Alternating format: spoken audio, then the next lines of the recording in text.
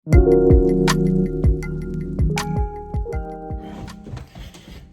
may meeting na naman kami ngayong sa farm. So may meeting na naman kami ngayon kasi nga kahapon pinuntahan namin si boss sa bahay. And tinatanong namin yung talagang magiging sitwasyon nitong mga worker dito sa farm.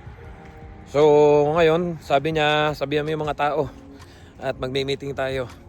Kasi nabanggit nga niya na na may ginagawa silang paraan para magpatuloy pa rin kami lahat dito.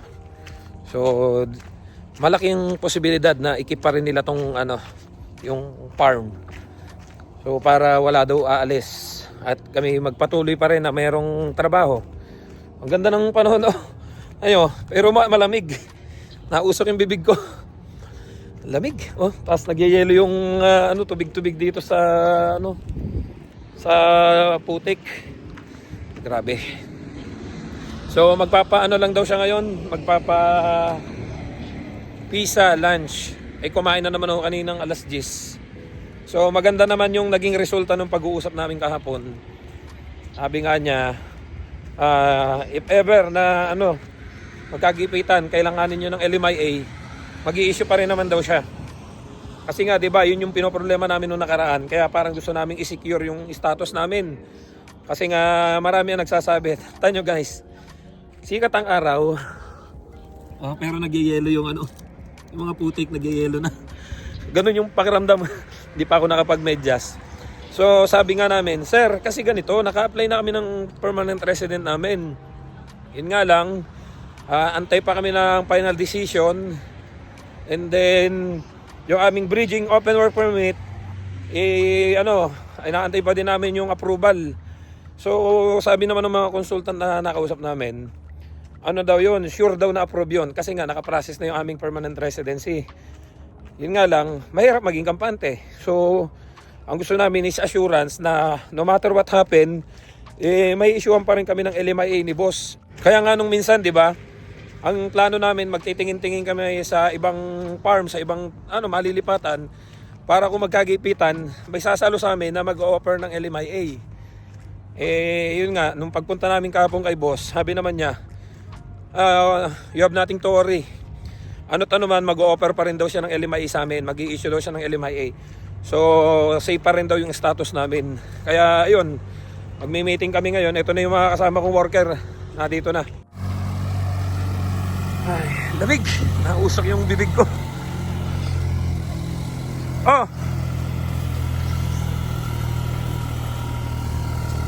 Andyan na ba?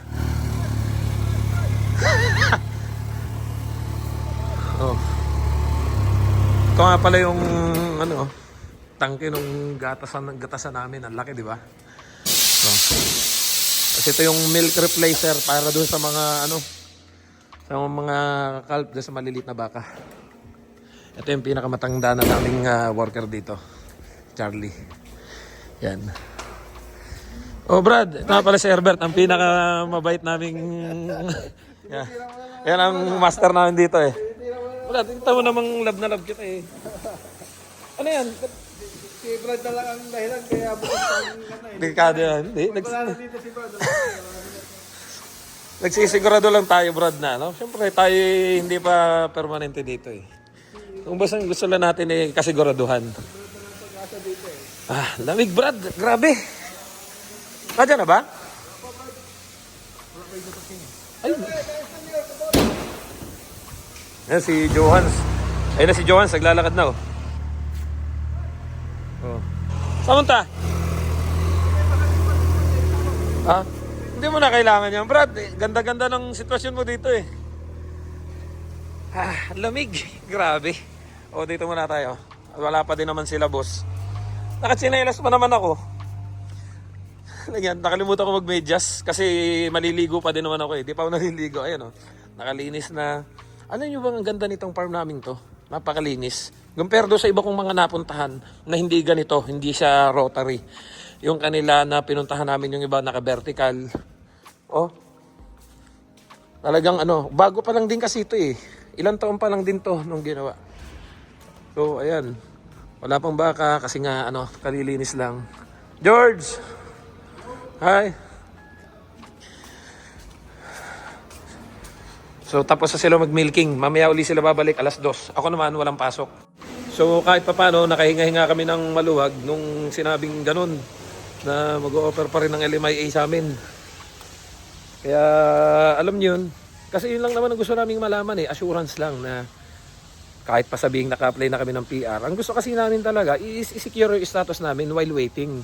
Mahirap kasi dahil sa dami ng changes sa policy ngayon na alam niyo yung kagaya ngayon madaming nalungkot nga doon sa pagbabago na yung mga spouses nila, hindi na pwedeng sponsor, yung mga anak nila hindi na pwedeng sponsor. Kaya ang hirap.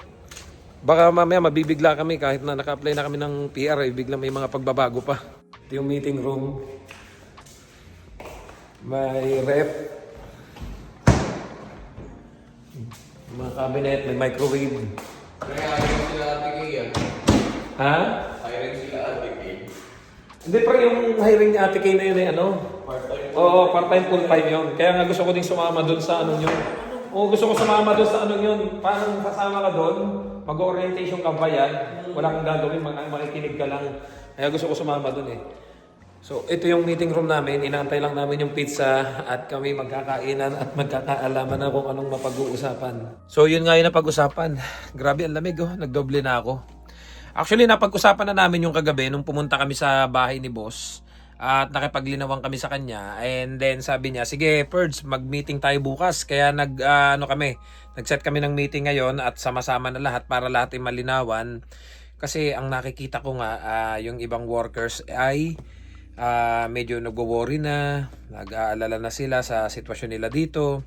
Yung ibang lahi nakikita ko, pag after ng milking, lumalabas sila. And daladala nila yung working permit nila, nag-iikot-ikot sila, naghahanap sila ng malilipatan. So, yun lang yung concern ko. Actually, wala naman po akong problema dito. I can still stay here. I have my status. May status pa din naman ako dito. Kaya lang may kasama tayo na medyo nag-alangan yung status. So, ang gusto ko lang is matulungan sila. And then, yun nga, nung pagpunta namin kagabi, doon kay boss, at nakipag-usap kami, pinuntahan namin siya mismo sa bahay nila. Ang sabi ko lang kasi, sir, kasi ilang linggo, buwan na yun lumipas. Lahat ng tao may mga kung ano nung mga naiisip. Kasi nga pumupunta siya sa farm, nagtatrabaho kami, hindi siya nakikipaglinawan. Lagi lang niya sinasabi, possible magkaroon ng problema yung future nyo dito. And then yung iba nag-aalala na nila kasi sabi nga ni boss, by March, magkakaalaman kung ikikipa rin nila yung farm or hindi na.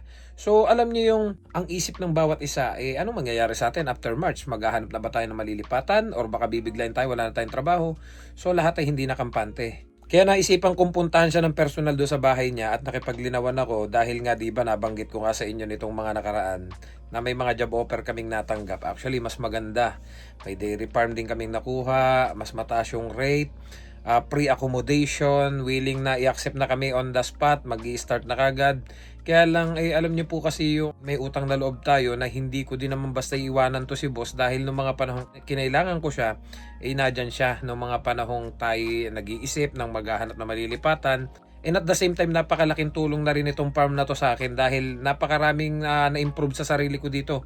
Dito ako habang nagtatrabaho, nag-aaral ako, nagawa kong pagsabayin yan. And saan kayo nakakita na halos umiikot yung vlog ko ay dito sa farm na to. Pero never ako nakarinig kay boss ng masama. Lagi nga lang sinasabi sa akin na, kumusta na yung YouTube mo? Superstar, how are you?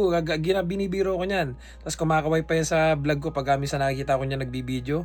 Saan kayo nakakita ng ganon? Kalimitan yung mga farm na napapasok ko dito talagang yung iba hindi nila ina-allowed yung mag-video. Si boss walang problema dyan. Alam pati niya na yung YouTube channel ko kasi minsan na pagpasok ko sa bahay niya pinapanood nila yung vlog ko kahit di nila naiintindihan. Meron kasing may subtitle na ganon na kapag yung hindi mo piniplay nag-auto-play, nakita ko ganon. So sabi nga niya sa akin, kumusta yung YouTube mo? Kinukumusta pa niya ako ng ganon. Minsan talaga mapapa-stay ka sa isang employer hindi dahil sa laki ng sahod or kundi dahil dun sa maganda siyang makisama.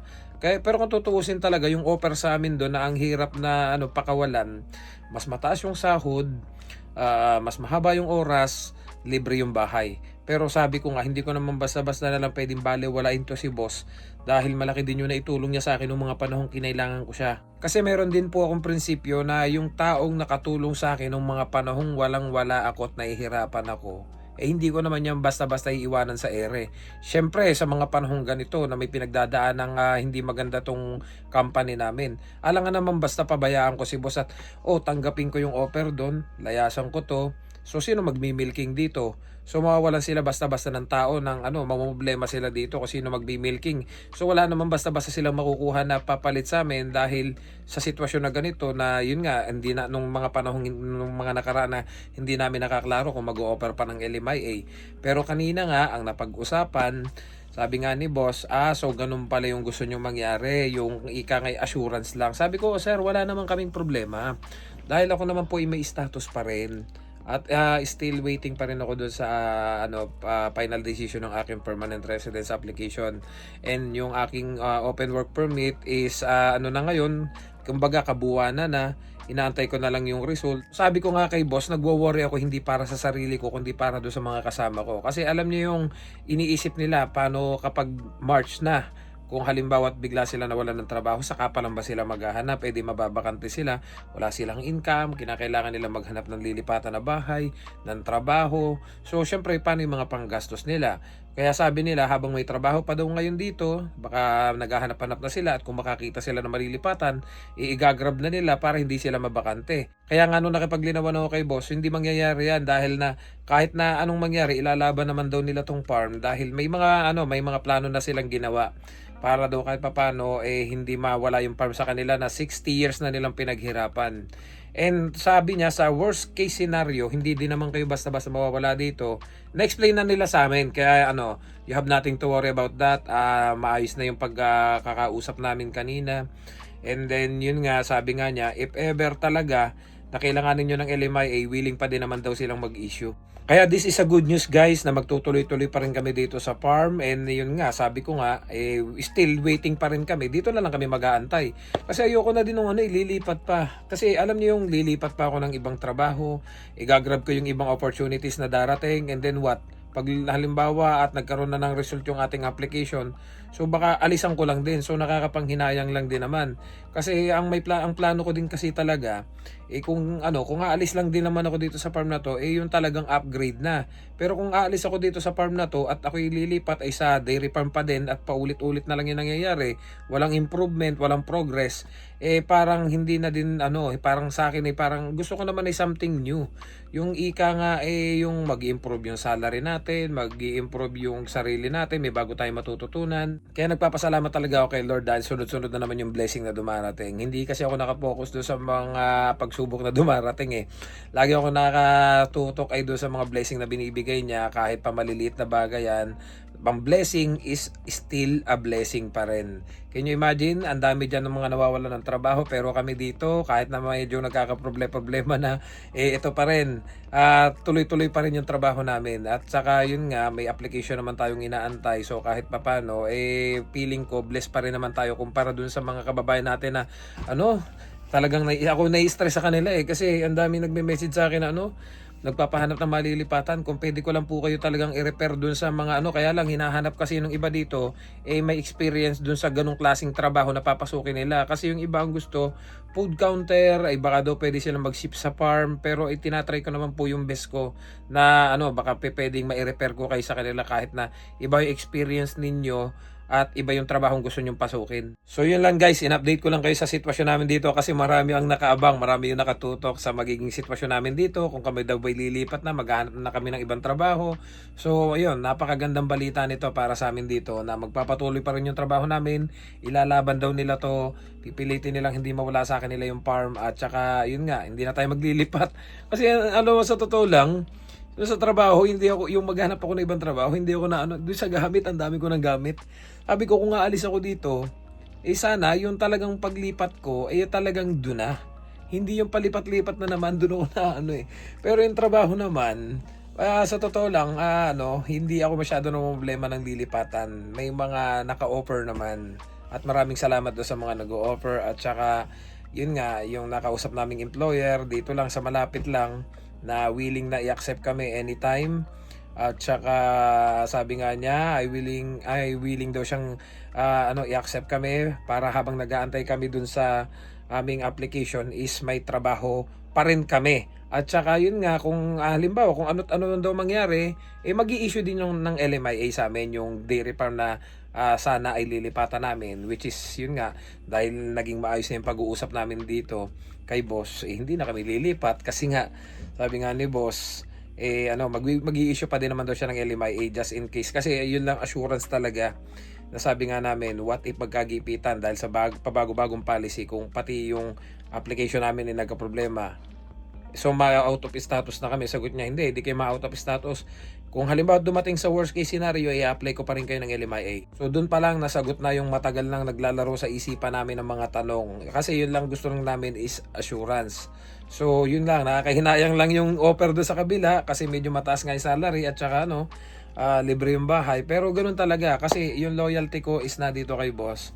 Dahil gaya nga nasabi ko sa inyo, ng mga panahong kinailangan natin dito, naghahanap tayo ng trabaho at marami na rin pong nagawa sa akin tong farm na to kasi para na lang akong ika ngayon sabi ko nga, para na lang akong pumapasok na hindi na ako stress, para na lang tayo naglalaro. Tsaka parang bahay ko na talaga to, itong farm na to. Marami nang nabago sa buhay ko dahil sa farm na to.